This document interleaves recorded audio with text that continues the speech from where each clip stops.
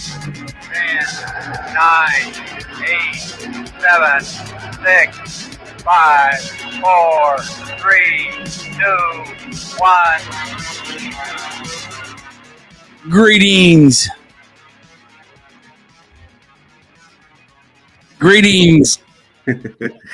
I'm here to chew bubblegum and kick some ass, and I'm all out of bubblegum. What's up, vloggers? Good morning, everyone. As you can tell, myself and the Queen are here. We have a very special guest today. I'm talking about our good friend Joe from fedupgear.com. Are you fed up gear? Are you fed up yet? Joe, welcome to Here to Chew Bubblegum. Thank you very much for coming on this morning. And sorry it took us so long to get you on. We should have had you on a lot sooner. It's all good. I'm psyched to be hanging with you guys this morning. We are so glad that you are. And when we get to segment one, it's going to be open topics led by Joe. He's going to be talking about whatever he wants to talk about. Myself and the Queen are going to comment on it and so forth. But we're going to start out with some listener email. And let me flip through here. I'll go first. And then let Rebecca go, and then I'll come back and finish everything off. That's what she said. Let's see. Our first email is from Luke Fugit. And Luke was giving us a follow-up on the possible Bigfoot that he heard a few weeks ago. So when he messaged in, he was giving a follow-up. Did we read that last week? I'm pretty sure we did. Didn't we? Okay. So I emailed him back, and this is his reply to what he had wrote last week. He says, there is no pond up there anymore. They reclaimed around the mine and filled the pond in. There is a creek running beside the place, because he was talking about his neighbor had saw recent humongous footprints. And by the time he went up there, with it being hunting season, they were covered up. So I asked him, number one, was there a water source there, like a pond? So there's not a pond, but there is a running creek. And he said, he got me thinking when you mentioned it may need shelter. There is a cave on the ridge, hence the name Cave Branch. So that may be a good place for a camera. So hopefully, Luke, hook that camera up. If you get any footage, we will play that. Please send that to us. I know that you'll play it as well, but please send that to us, Luke. And thank you very much for writing in, and just keep us updated. Did he say what kind of footprints? No, he said that his neighbor just said it was a very large, and I assume like the prints that had been found, before that people took modes of and so forth. Just wondering if it was like a human type footprint. Right, footprint, not like animal print or hoof. Oh no, footprint. Like toes. Yeah. How many? 5. 5 toes. Yes. So by a recommendation last night, I watched Jurassic Park Dominion, which I guess is the third one, and I don't know. That's not like my type of movie because I don't believe in dinosaurs, but that was a pretty amazing movie as far as the symbolism. That's why somebody recommended it to me.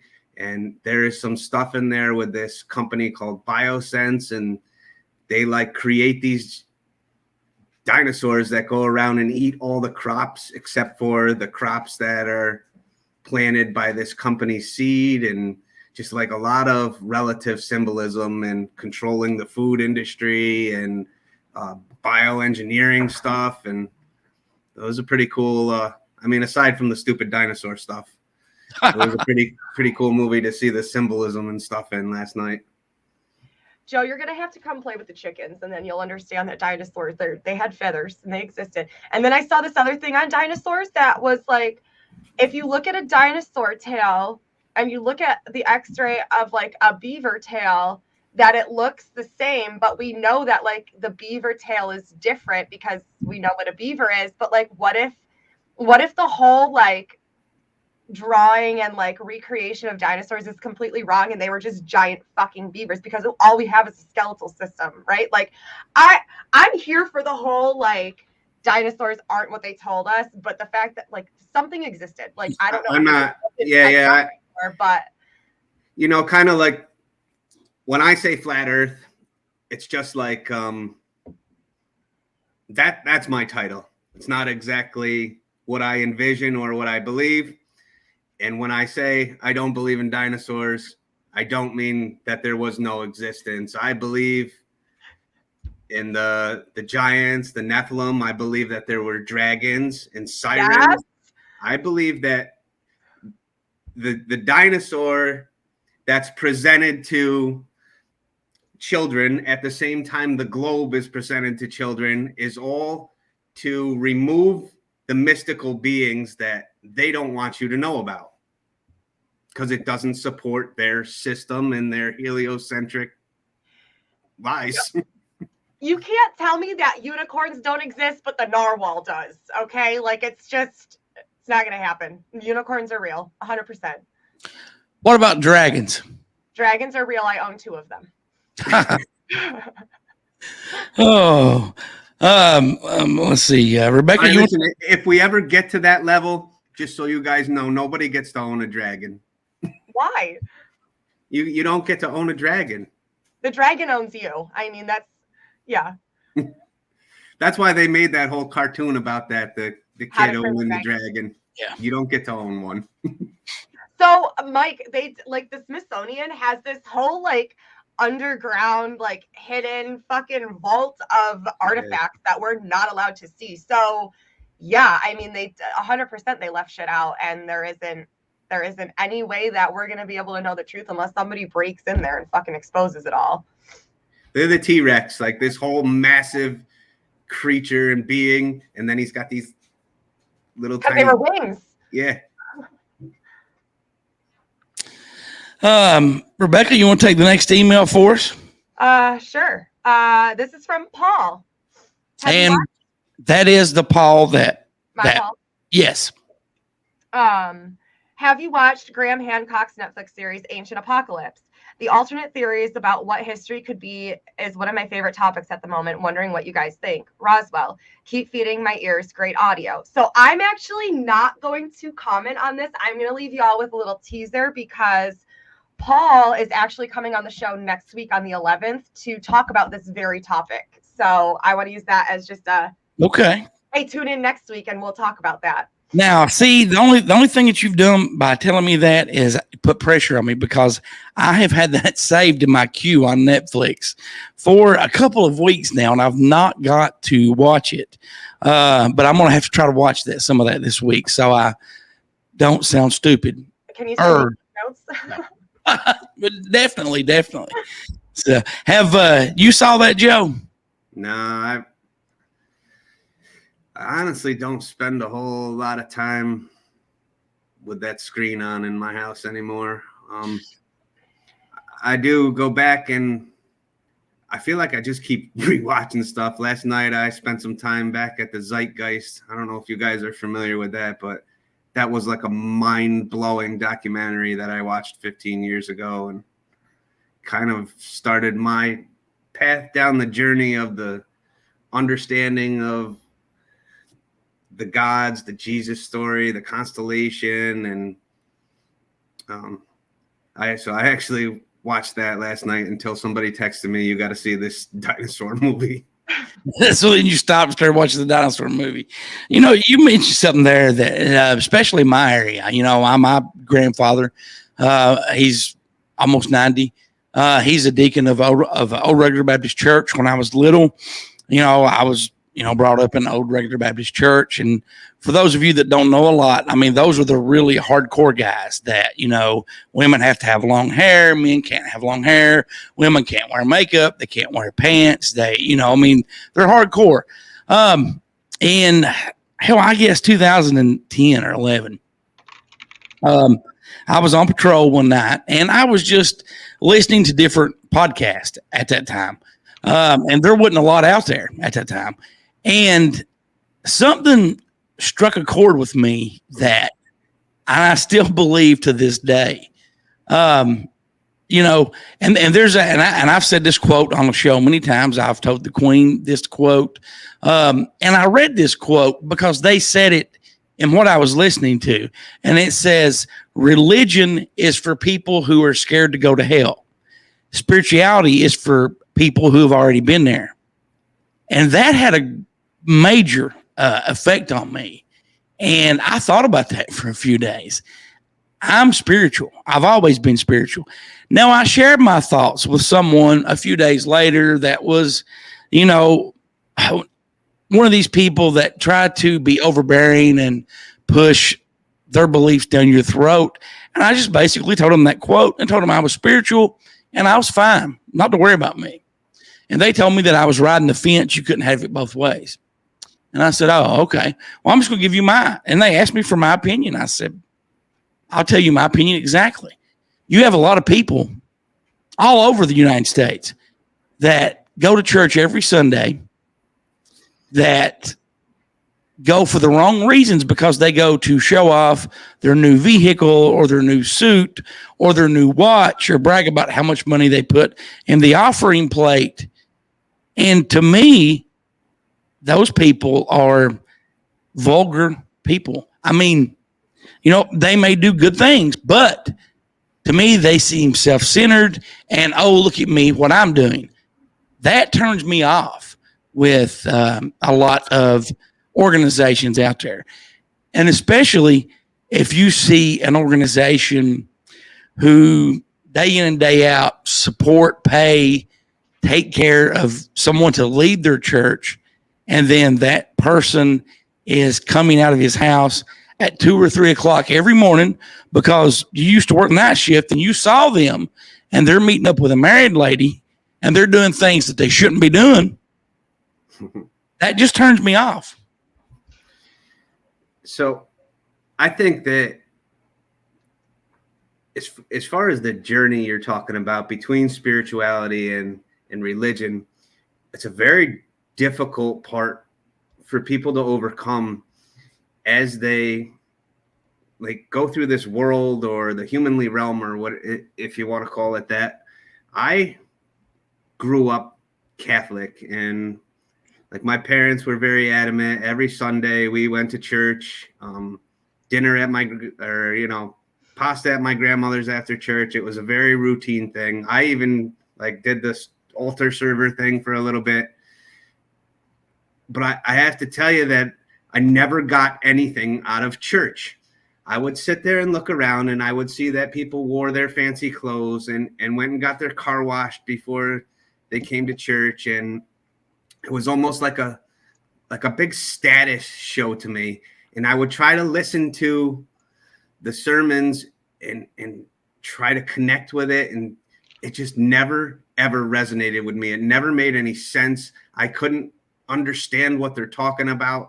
I didn't know if this was like a metaphorical story or a real story. Like I would say I was completely lost in those days of being brought up through the church. And, you know, later on in life, you go through certain, personal things that either make you seek God or go away from God. I had lost a child.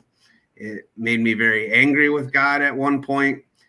But it took me into my 40s to actually connect and understand what God was. And then to understand that I was taught to fear God, to fear the rapture, and to not believe in reincarnation. And these are all deceptions pushed on by this organization to essentially lead you away from God. The religious organizations are part of the problem that is hiding God from people. And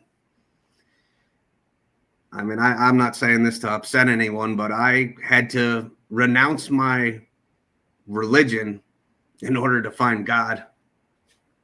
Oh, I can totally understand that. We have a lot of similarities growing up because I was 37 when I finally understood what it meant and what I was. You know, I've had arguments with people that I grew up with that they tell me people that commit suicide are going to hell. And I'm like, look, if somebody is suffering from depression or PTSD or whatever it may be, you know, it says in the book that you read, the Bible, that God is a merciful God. He's not going to punish somebody that's not thinking clearly. And I'm like, it don't work that way. And you touched on something there, the rapture. And, you know, when you were brought up in church like I was, and they're preaching that, you know, when you get old, when I was older, like 14, 15, the world was going to end before 2000. That would piss me off because I felt ripped off, because I felt like I wouldn't get a chance to grow up. I wouldn't have a chance to fall in love and have children, because it was going to happen and destroy everything. The mental effect that has on a child, that it had on me, was overwhelming. And I don't think any church, whatever your beliefs is, you should not preach to someone in their teens or younger that they're not going to have a chance to live their life. So that mentality of fear automatically puts an organized religion in the same category as the media. They're using fear to push their agenda or to control your mindset to where you don't want to admit to following or believing in something because of the fear that surrounds all this stuff. I actually try to avoid speaking about the rapture to people that claim to be religious or spiritual or whatever, because I don't believe in the rapture, and I don't believe the fear mongering of it. And I don't believe that it's two separate events, because they talk about, I'm blinking out. They talk about the rapture and the second coming of Christ, like as if they're these two separate events. And what I believe we're all here for and what we're doing is to find the light of God and bring it back to our Creator. So I believe that the rapture per se, or God coming down and taking away those that don't believe in him, to some effect, I'm sure I'm not going to cover the scripture very well, but he returns with his army or his angels. In my mind, that all happens at once, because God's army is the people who actually have a connection and a belief in God and have accepted him. So him coming and taking out those that don't believe and saving those that do or whatever, to me, in my mind, that's just all one event, because I think the light of God's army is us. It's the people. When you look at something like the pedophilia stuff, or you know, these big woke companies that start pushing an agenda, like I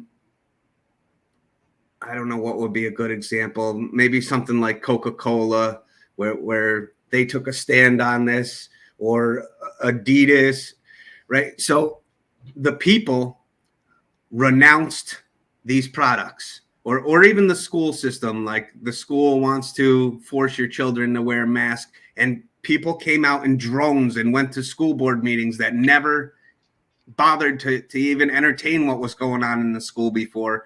It's my belief that is essentially the second coming of Christ. It's the light of God's army shining through his people. We are not going to accept their agendas, their mindset, their fear. We are going to fight back and protect our energy.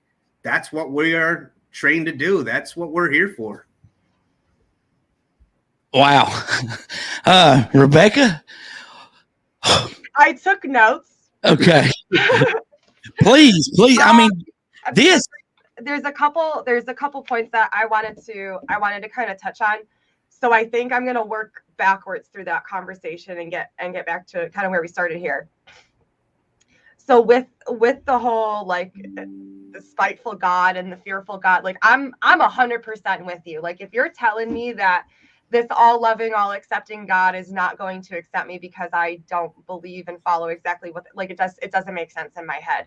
And off of that spirituality quote, there's another one, that spiritual or religion is following the footsteps of somebody else's experiences, and spirituality is finding your own. And that's what I'm about, because when I think of spirituality, when I think of being spiritual, it's about things that resonate with me. It's about the practices that I choose to acquire and make my own. It's about the intent and the energy that I use and where I use it. It's about the states that I put myself in. It's about the meditation that I do. It's about connecting with nature. It's about, being with the animals and just finding that centered peace and being at peace with both the good and the bad that's happening, right? Because that's where you find happiness, because happiness is fleeting. That's not a state that you can be in. At peace is where you can be. As far as the whole God thing, so and I speak on this all the time, but God is a title, right? And finding that source within, that Christ consciousness that you're talking about.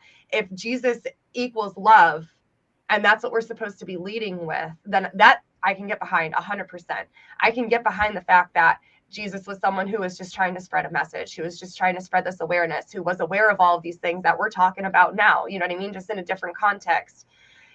And that church, we've been so programmed to believe that the only place that we can find God and that we can find salvation is if we go to this building and we pay the monies and we dress up and we put on that fake face, right? And it's not, church isn't, I mean, it is a place, but that's not where you find source or God or whatever it is, insert whatever title you want to call it. And then going back even am I doing good? Am I following backwards? Okay. Oh yeah. Yeah. So what you were saying, Goose, to like people just showing up to church for a status symbol, right?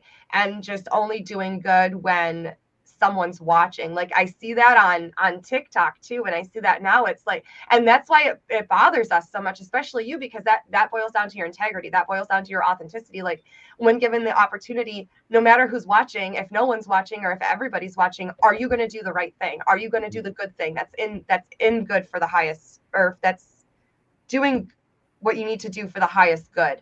And not just doing it because you got a phone in somebody's face or because there's, oh, your friends are watching, so now you have to do the good thing, right? Like that's about integrity. And then the spirituality versus religion.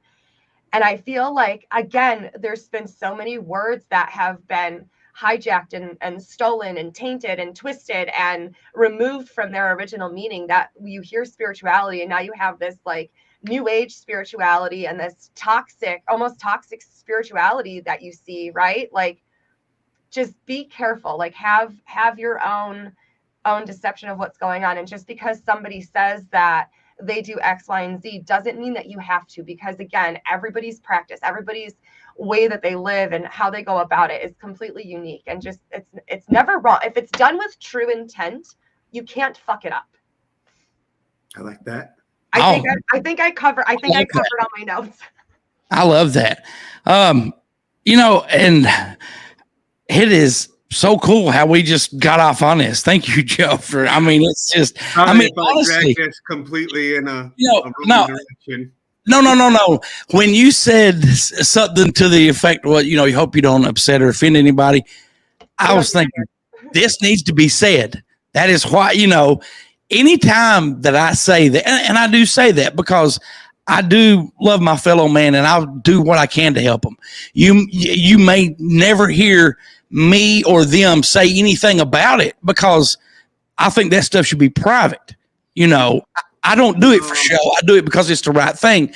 But I have learned when there's times that you say, I hope I don't offend anybody. That's when you need to go ahead and just say that shit. Yeah, you can say that. And hell, I say it. I say it. I've said it. But, that's what you need to do. You need to just go ahead and say it because that is always. What's funny about that image thing is you can have your fancy dress and shine your Cadillac up. And those are the people that you were talking about earlier, that they're meeting some woman behind Stewart's and having an affair or something. I am like the classic example of don't judge a book by its cover. I am completely covered from head to toe in ink. Which was surprising, by the way, because I did not expect that. When you came to Flockfest, you were in a t-shirt. I was like, damn, Joe's covered. I found in my journey, like kind of maybe before I even connected with God, I would pray on my Harley. I would go out in the mountains by myself and drive my Harley and just observe nature. And that was where I tried or asked God what I needed to ask or do my connection. So like all of these cliche tattooed up biker white trash stuff, it doesn't fit any of your model or your vision, what you see in me and what I'm actually doing. And that image stuff is all bullshit. Agree. I agree 110%. And I said previously, I was raised, old regular Baptist, and my grandfather is one of the most humblest men you've ever met. He would give anybody the shirt off his back. It does not matter. They distilled in me that atheists were evil people. Now, that was a belief that I really didn't think about after age 37. And I got to know some people, and I found out later that they were atheists. And it made me very grateful that I was not closed-minded. Because if they had told me that before age 37, I would have been nice to them, but I would not have been as open and as warming as I was. But, once I made my decision that was not riding the fence, I was spiritual. I prefer to be spiritual versus religion because what you see is what you get. I'm not fake. I'm not going to lie to you. I may be too blunt and hurt your feelings. I'm sorry. But, I'd rather somebody tell me the truth than lie to me or stab me in the back. That shit gets on my nerves. Now, I'll tell you something that was life-changing for me that I heard about atheists. Atheists can be the ultimate proof of the existence of God. They don't believe in God or heaven, right?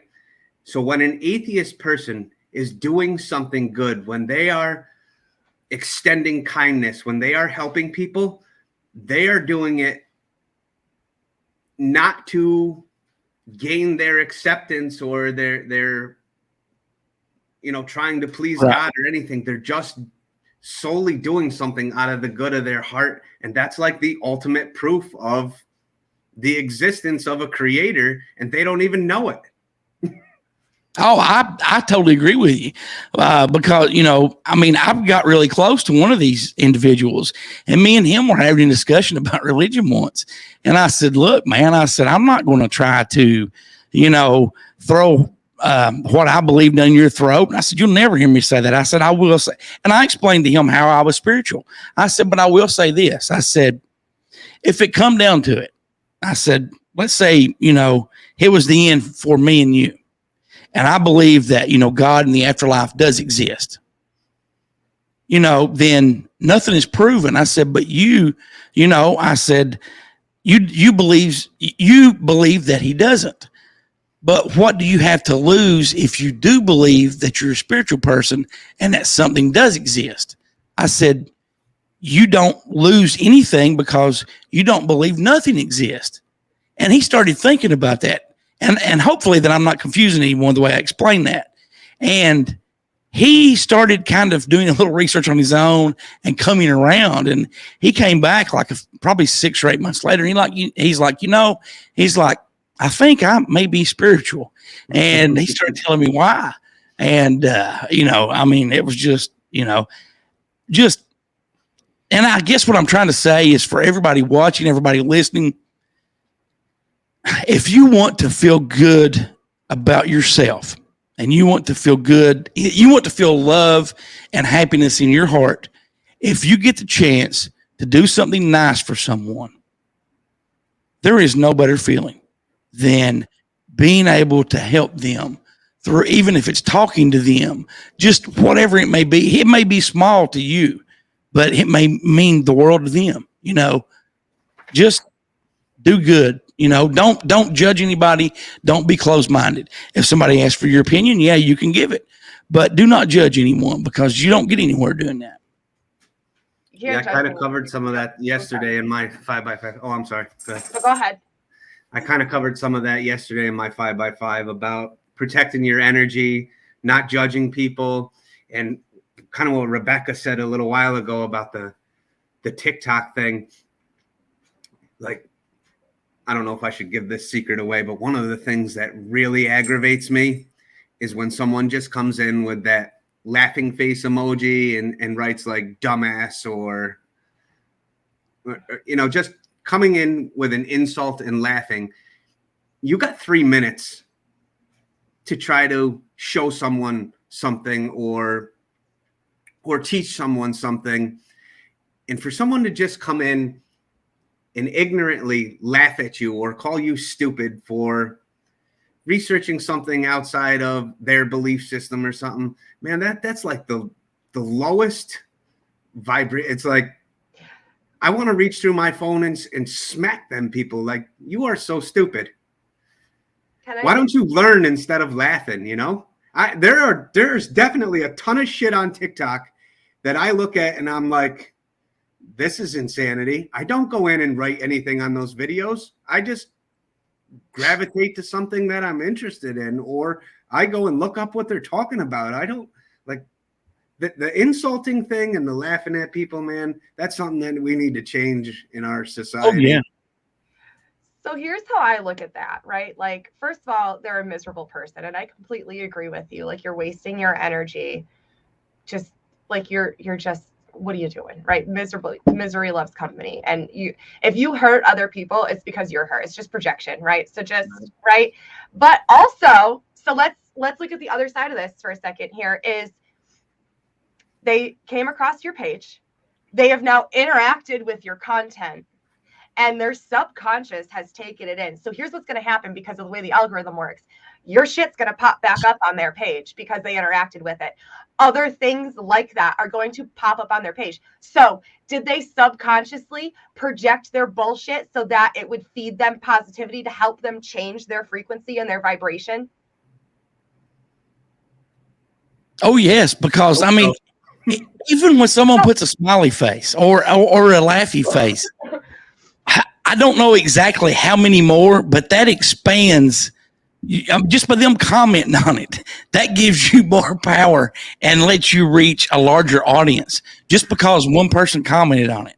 I take those hey, and I do my flatbacks, and I will change that. I'm going to, first of all, I'm going to make them, really, this is what we're doing, really?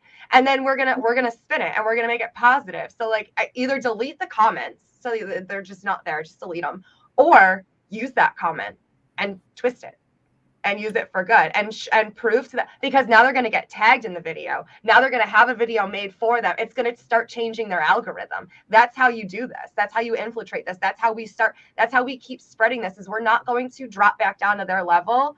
We're going to meet them where we're at. I think maybe yesterday I interacted with somebody, and, you know, I mean, they were definitely a negative person, but it did make me think a little bit. This guy was so adamant, and he said, I don't think, I know. My response to him was,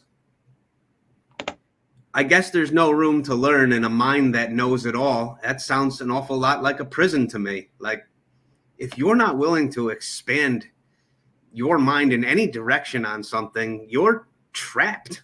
Yeah.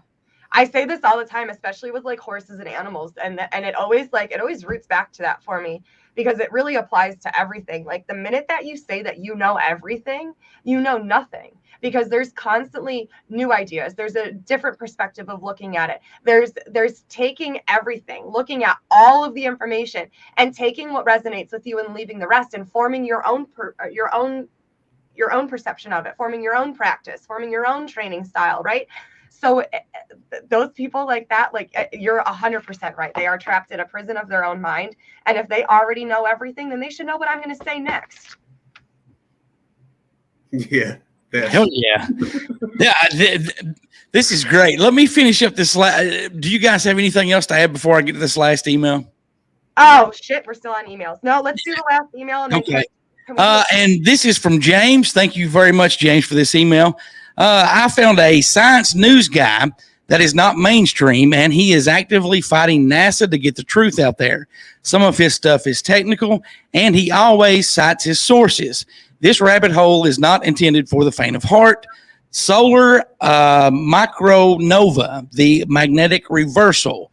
We are mid reversal right now, very close to the 40-degree mark of uncertainty. And he gave a link, and for some reason, that damn link is not on my email. That's my bad. Sorry about that. But thank you very much, James.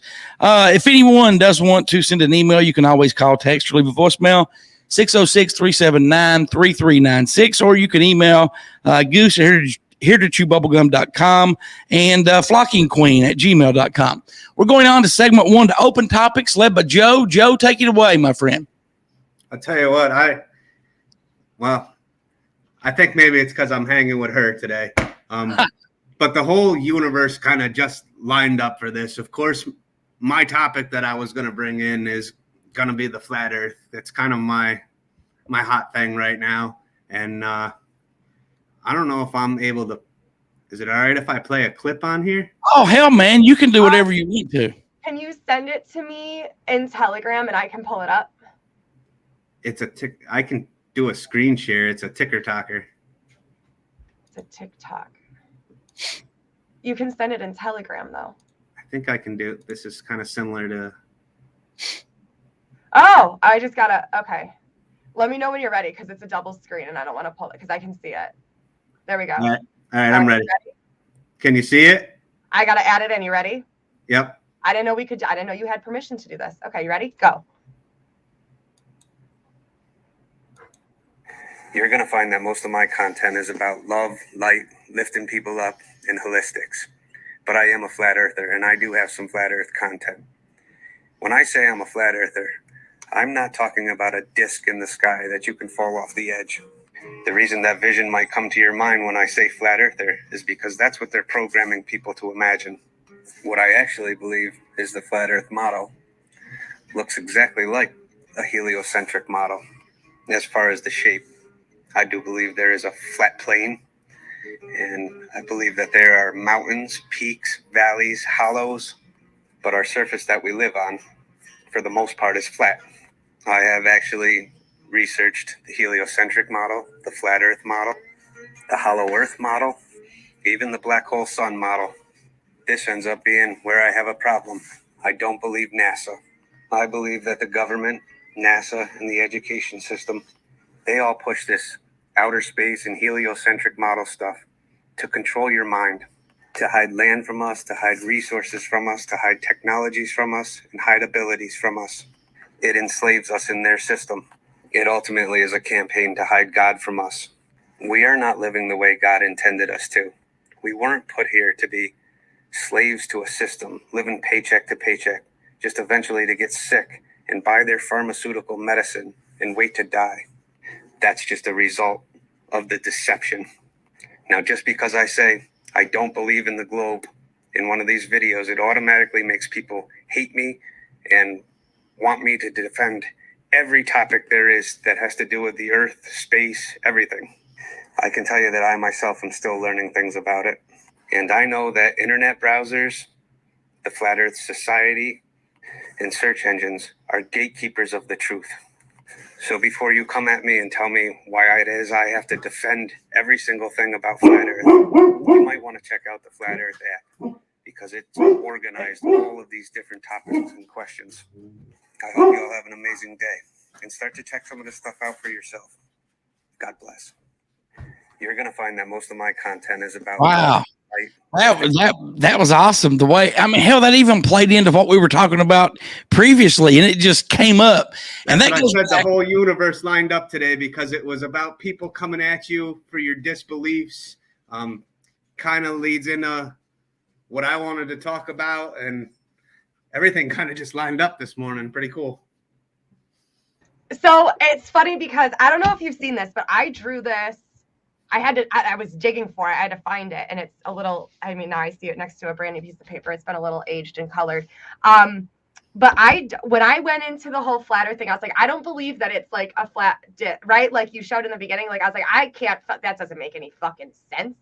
And so I drew this, and it's funny that we talk about this still now, and that your concept, so this is so here's your flat earth, right? Mm-hmm. That's like what they think. And then going along with your heliocentric theory, right? So because as above, so below. Mm-hmm. And then the firmament, the outer energetic barrier, the Taurus energy field, right, creates the sphere, the globe aspect of it. Right. And then these would be your poles where the energy is converging into hollow earth. And then below, we don't know what this is. We don't know. Right? Because that's beyond the ice wall. And I think that the ice wall and Antarctica are two completely separate things. And and I'm going to tell you guys, I love you both. I'm not totally sold on the whole flat Earth thing. The way that you use that picture, Rebecca, to describe and the drawing, what you were talking about. Anyone that's listening to the podcast, go to Twitch. Go to. I can send you. I have a picture. I can send you if you want to post it too.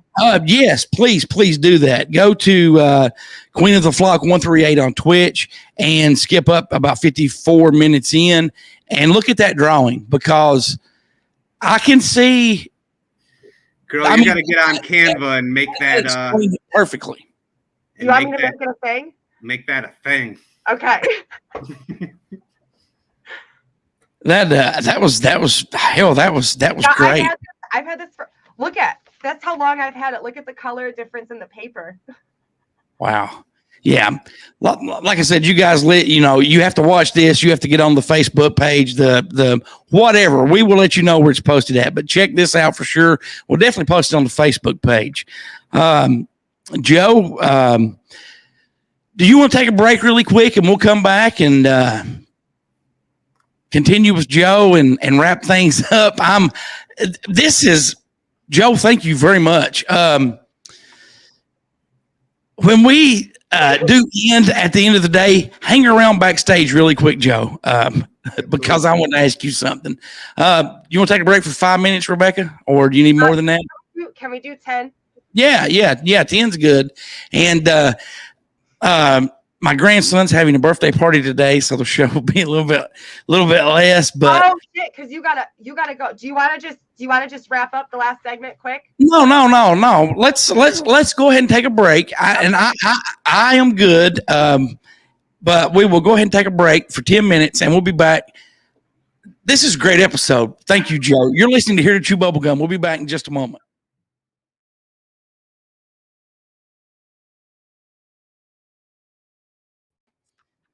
Hi. Hi. Welcome back to Here to Chew Bubblegum. It is not often that I am at a loss for words. I could probably count on one time or on one hand how many times I've been at a loss for words. Joe, my friend, you have put me at a loss for words. The email segment, the segment one, the way that was, and no offense to anyone, I'm just going to be blunt. That was fucking awesome. That was meant to be said. And I think that goes back to what I said when you feel like, you have to say, well, I don't want to offend anyone. Just go ahead and say that shit. That was one of the best segments. This is one of the best shows that we have ever done. I want to apologize. It's definitely up there. Oh, hell yeah, it is. Hell yeah. I want to apologize that I have to cut it short today, but I want to invite you back on anytime. You have an open invite, and we'll talk about that backstage when we end the show. Before we go on to segment 3, is there anything that you want to add, Joe? Oh, you're muted. Oh, yep. Sorry. No, I'm glad you guys invited me. I'm having a great time on this show, and I think the reason for that is your tribe makes your vibe, Oh, I love that. Your tribe makes your vibe. I'm going to write that down. That's going to be your vibe attracts your tribe is the quote. You've never heard that before? No. Really? Yeah. I like the way he said it. Your tribe makes your vibe. Your tribe does make your vibe. That will be in the episode description today when the podcast drops later on this afternoon. Rebecca, question of the week responses, please take it away. Our question of the week for last week was, what is it about the human mind that allows it to come up with ideas that no one has ever considered before? And we got some pretty cool answers. So here I are think some. we also answered that on this show today. I mean, yeah, a little bit. With the amount of cells in the brain, there are an infinite number of connection combinations that can be made without repeating. You can believe that the leaps in technology are man-made, but I believe that during and after World War II, we've had extraterrestrial help. It doesn't very often, but every once in a while, there's a thinker which isn't often either has right chemical balance in the brain. Stars just line up and it happens. Imagination is the key that unlocks the chains to limitations of the ego, opens to doorways to endless possibilities and ideas. The information is already there. We just have to practice accessing it, build pathways, create connections. To bring theory in here, the observer effect notices the quantum realm, which is why there's collective consciousness, but also the individual that formed and their observations and realities, plural on purpose. The act of remembering requires forgetting. There is nothing new. We just keep forgetting to remember. It's already been done before. Because the human mind is boundless. Human nature, however, that's a whole nother question of the week. No matter, never mind. That's not a response. Hold on. Sometimes I wish my brain didn't click on things it does. I do feel our brain sees more than it lets us know. Like the song comes into our head and you don't know why. And then you realize it was playing softly in the background of a show you watched but didn't acknowledge. So we got some really, really cool answers on that one. Yes, we did. It's actually a great topic that lines up perfectly with this show today. Yeah. It just, everything just kind of has a way of just working out, especially when you just stay in the flow of it. Like I've really been adopting this, like, this is just a neutral event and just really I'm actively staying in this flow state. And even when I do feel myself getting worked up about things, I find that I'm not so much struggling with what I'm getting worked up about. I'm struggling with the fact that I'm struggling with it. Like, damn it, we're here again. What are we doing? And that's where I take that time to go meditate. I go for a walk. I go, do something to try and bring myself back to that neutral. Like, don't mind me. I'm just sitting in my flamingo floaty with a joint on the universal flow river. Okay. Oh, I can totally understand that. This week's new question, is that where we were going? I'm sorry. Yes. When is the truth an absolute fact and when is it an opinion? Oh, that's a great question of the week. Again, The question of the week is, when is the truth absolute fact or when is it an opinion? That's a great ties into today's show too. Yes. Awesome. Yes, it does. I did that one on purpose, Joe. Universal lines. Hey. So kind of jumping, are we? No, man. Please feel free. Jumping back to the original question, and like my experience and what I'm doing, my 5x5s are, strictly like I said, it's all about 5 positive messages that I can put out to somebody every day, and hopefully something in there catches somebody. But like, I guess the dark and the light, the above and below, the balance to this is I'm going to keep fighting the heliocentric stuff on my account, even though everything I'm trying to do is all about positivity. And this is the reason for that. I believe that the flat earth holds the final card to humanity rising. If you will, all of these people that we've accepted to be some sort of authority or I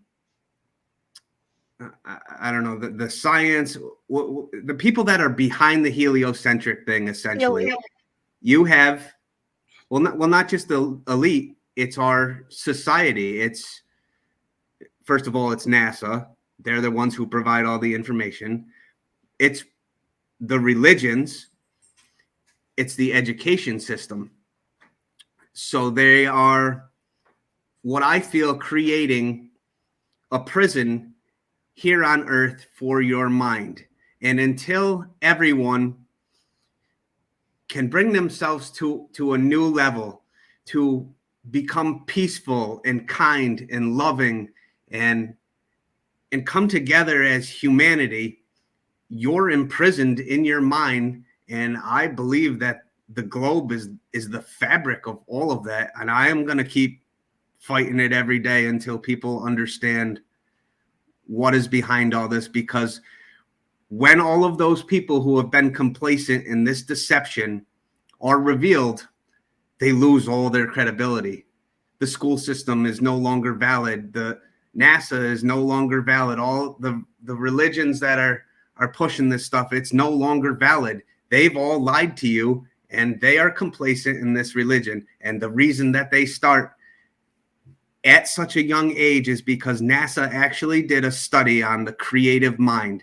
And they found out that at 5 years old, you are at the peak of your creativity.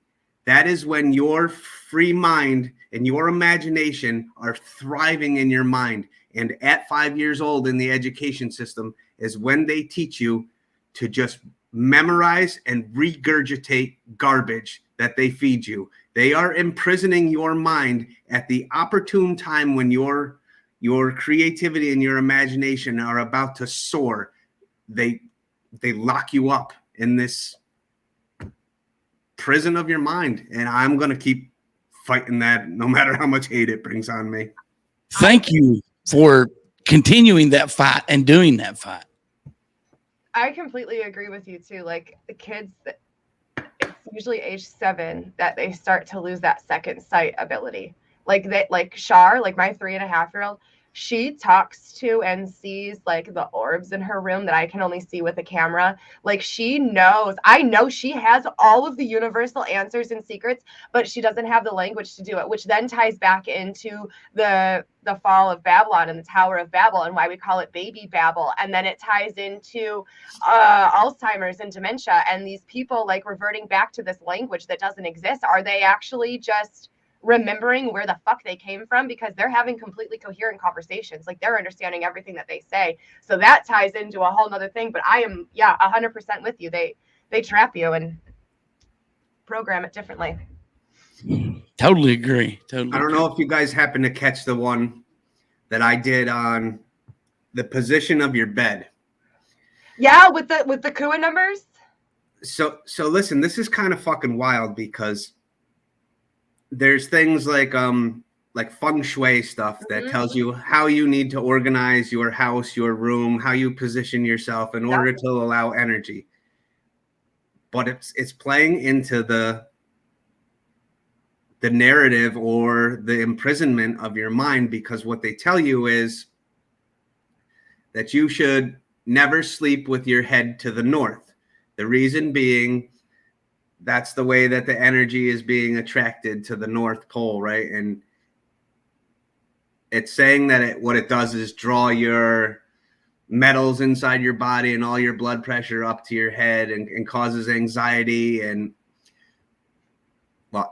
Well, I was just gonna say, so it like the feng shui stuff, it goes a level deeper than that into the Kua number, which goes off your birthday and like the stars and like astrology and everything like that, which then ties into human design and everything else. But like your Kua number, it's not that like there's certain directions for certain people. Like I have my power directions and I have like my 6 killings directions and my total loss, right? But like that's completely different directions than say Dirty Dan or Shar. Like everybody has their own direction. So I do agree with you on the fact that they're trying to program and shit, my pen was open. They're trying to program and indoctrinate us that, oh, north is the bad direction for some.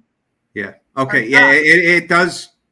It definitely does depend on your level of consciousness. I will give you that. But if you're the way I look at it, and for me and where I'm at in life, I want to align with the way that the energy is moving. I want my head facing north. I want that energy coming. Yeah, but that's what I'm saying though, is you have to pull you have to look into what you align with in your energy, because it might not be north. Okay, so let's just say in general, the fact that they're telling everyone to do the exact same thing. Right. That's what I'm getting at.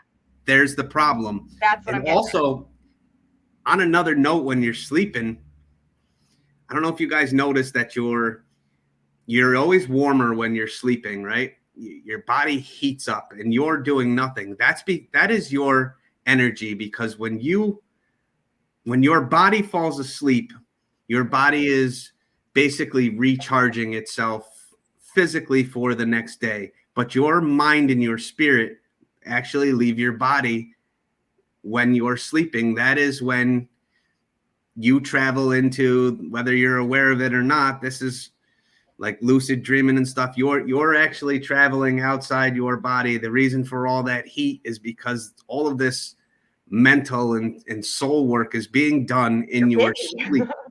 Yeah, you're busy. And that leads into the grounding of your bed. They have you sleeping on a cotton mattress because cotton is an insulator. That's why you're heating up your body. All of this energy is happening and they're insulating you. Grounding your bed is a super important thing. They make grounding mats for your bed. You can do it yourself with metal tape and a piece of wire and stick it in the damn ground. But if you ground yourself during your sleeping, you're able to kind of keep your body in sync with what your soul is doing in the middle of the night. So I want to kind of go off your sleep theory about recharging, and I can't remember his name. I saw this thing. It was a while ago, but the analogy that he made was like, sleep is like your car going into a shop, right? If all your dash lights are on and you're not in alignment and you're sick and you're not taking care of your vehicle, then you're gonna require an enormous amount of sleep because your body is constantly trying to recharge and fix itself. Whereas those that are more aligned, that get on this path, that are more holistic, that are starting to do things that align with them and that are good for their vessel, they don't need as much sleep. And they start getting into, the ancient sleep patterns of how we're actually supposed to sleep, which is in these short little bursts. We're not supposed to go down for 8 hours a night. We're not supposed to, our most productive hours are between like 2 and 6 in the morning. Like we're supposed to be up at those hours and not sleeping. We're supposed to take a midday siesta during the hottest part of the day to relax our body, to come back to neutral, to rest our soul and ease our spirit. So yeah, I completely agree that we're sleeping wrong in so many ways. I have a grounding mat on my desk, actually. It plugs in, like it's a whole thing. I unplugged it though because it started shocking me. But I sleep with crystals under my bed. Like I sage my bed. There was a while where I didn't even sleep on like my bed was on the floor. Like Char's bed's on the floor. Like there's no space in between there because I want that shit. Right. Well, ever since I retired, I have been waking up. I mean, normally it was a struggle for me to get out of bed, when I was working, and I would get up at 6 o'clock, go to the gym. In the last 3 months, I usually lay down between 11 and 12, and I wake up anywhere from 3 to 4:30 every single morning. This morning I was up at 3:30, and I've been up since 3:30. So I totally get what you're saying, and I totally agree with you. And I do get a lot of shit done during that time when I wake up, and it makes me feel productive. And sometimes I take naps, sometimes I don't. But I totally get what you're saying. Joe is going to pick our TikToker of the week. He's the first guest that ever has got the honor of picking our TikToker of the week. And Joe, yes, he is. Huh. And Joe, do you want to tell everyone who that is, or do you want me to tell everyone who that is? Yeah, I selected Clint Bryant, and I think I sent you his. Yes, you did. It is our TikToker shout out of the week is Clint Bryant _Lucky7. He's also known as let me pull this up really quick here. I should have had this up already, but on his TikTok page, that is his username. Yep, that's it. Clint Bryant _ Lucky7. And his, well, shit, I can't say. We got it. We got it. Yeah. But it's like his like actual name is like, was it Mr. Twizzlers or something like that? Yeah. I was just that a little bit ago. So, yeah. But again, Joe, thank you very much, my friend, for coming on. Very, very special things. And I want to encourage everyone to be sure to follow Joe on TikTok at Fed Up Gear 5x5. You're welcome back anytime, Joe. Thank you again. Appreciate it. I want to remind everyone to be sure to check out upcoming episodes of Just Listen on YouTube and check out Rebecca Short, Flockingqueen on TikTok, and Queen of the Flock 138 on Twitch. That'll do it for this week. But remember, we all have a voice. If we stand together, we can make the world a better place. We'll see you next week. And until then, so long for now. Maybe I'm not leaving. Maybe I'm just going home. Joe, do you have any parting words? God bless y'all. Just stay positive. Thanks for listening to Here to Chew Bubblegum. You can always call, text, or leave a voicemail for Here to Chew Bubblegum at 606-373-3396. Tune in next time as we dive deeper into things the government doesn't want us to know.